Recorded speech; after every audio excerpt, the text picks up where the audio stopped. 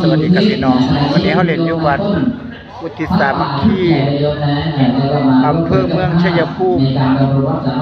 ย้อนร้อยถอยหลังมาชัยภูมิแล้วกลับมาแถวชัยภูมิหลังจากที่คืนนี้เขาเรียนอยู่เลยนะคะมาหอดแล้วกระแดงเก่าแล้วทีนี้กระแดงใกล้สีอ่อนลงแล้วล่ะ5 โมงแล้ว5 โมงสำหรับนี้จะเป็นประโยชน์อามาเด้อพี่น้องเด้อมื้อแลงออกมาญาติโยมพระสงฆ์ที่ได้ใช้ประกอบอำเภอเมืองชัยภูมินะคะมื้อแลงเห็นปักหลักทำการแสดงอยู่นี่นะคะเพื่อถ้าเป็นอัปเดตหาหลอกเบิ่งงานวัดสามัคคีที่แห่งนี้เรียวของน้ำของท่านเจ้าว่านักพัฒนาเพื่อคุณท่านพระอาจารย์พระครูศรีปริท่านพระครูปริยัติวัชรนิเทศพระครูปริยัติวัชรนิเทศเจ้าว่าเรียกว่าได้พัฒนาวัดมาเรื่อยๆจนเจริญมาถึงวันนี้และก็จะเจริญไปอีกยิ่งขึ้นไปโยมนะด้วยบารมีที่ทั้งวัดและก็ญาติโยม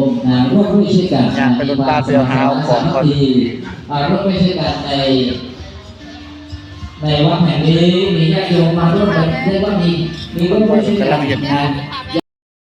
ของชาวจังหวัดชัยภูมิโยมไม่ว่าจะเป็นเจ้าวาดไม่ว่าจะเป็นวัดไม่ว่าจะเป็นญาติโยมคนรู้จักมากขึ้นเป็นที่สนใจมากขึ้นเพราะวัดเราวันนี้โยมจะเป็นที่รู้จักอย่างไรเพราะวันนี้เราจะมีหมอรำใจเกินร้อยมาด้วยญาติโยมก็จ้างหมอรำดังมาคนที่ไม่เคยมาวัดสามัคคีที่อาจจะมาในค่ำคืนนี้แหละนะเรียกว่าเป็นประกาศพยานงานบุญครั้งนี้ให้โลกได้รู้ว่าเรามีงานใหญ่วันนี้วันสุดท้ายวันสุดท้ายวันสำคัญเลยวันสุดท้ายวันสำคัญอีกวันหนึ่งมีพิธียกช่อฟ้าในเวลา1 ทุ่มโดยประมาณ1 ทุ่มโดยประมาณและเวลา2 ทุ่มครึ่งถึง3 ทุ่มนี้ก็จะได้ชมมหรสพคณะหมอรำใจเกินร้อยคุณบอยซีดีชัยพร้อมทีมงานครบทีมแล้วก็จะได้มาร่วมกันเป็นสักขีพยานพร้อมๆกันเรียนเชิญญาติโยมในพี่น้องศรัทธาสาธุชนทุกท่านด้านหน้าด้านในมาจากไหนนี่มาตะเวนภายในวัดญาติโยมที่อยู่ในบ้านกับเตรียมความพร้อมเด้อมาจากไหนคือมาตะเวนแต่มาแล้วมาตะหูใดบุญไปแล้วโอ้รถหน่อยมาแล้วมือสันบังอีมือสุดท้ายประเด็นมงคลมหาฤกษ์งามยามดีในเมื่อนี้ก็ได้มาร่วมบุญยกเข้าฟ้าช่อเอกเพื่อความสวยงามเพื่อความบริบูรณ์ของอุโบสถวัดสามัคคีอุทิศให้รถบ้านไปจอดอยู่ปักไก่ทำพิธีกรรมในทางศาสนาไปหาจอดรถบ้านก่อนยกท่านร่วมกันมาร่วมต่อยอดบุญต่อยอดศรัทธาต่อยอดพระป่ารอยฟ้าเสริมบารมีฉลองโบสถ์อยู่ปักไก่แต่เป็นน้องวัดครับมองวัดก็มองรถอยู่กับบักไก่อีกมื้อนี้คนสิย่างมากรถเดี๋ยวเป็นมาเอาของเดี๋ยวเป็น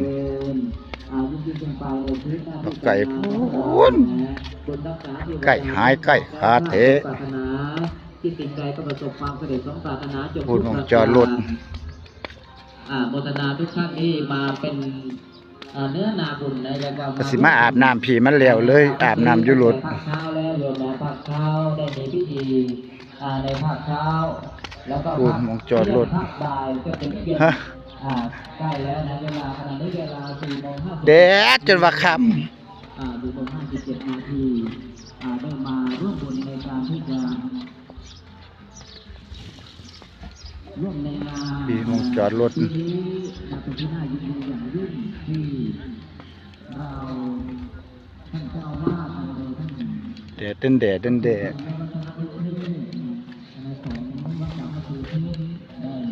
ซุ่มนอนก็นอนอยู่ฝุ่น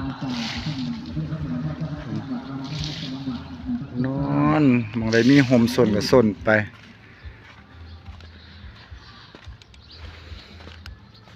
ส่วนห่มส่วนเงาไป3 คำมาแนมก็สิพ่ออยู่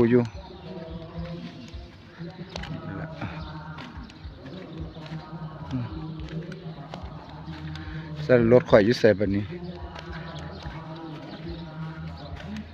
เอาของก็สิมาอาบน้ำอยู่พี่ไปพร้อม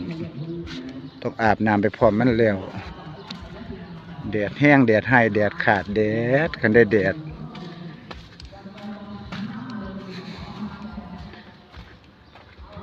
เอาโอเคพี่น้องฝากกดไลค์กดแชร์ในเด้อค่ะเด้อ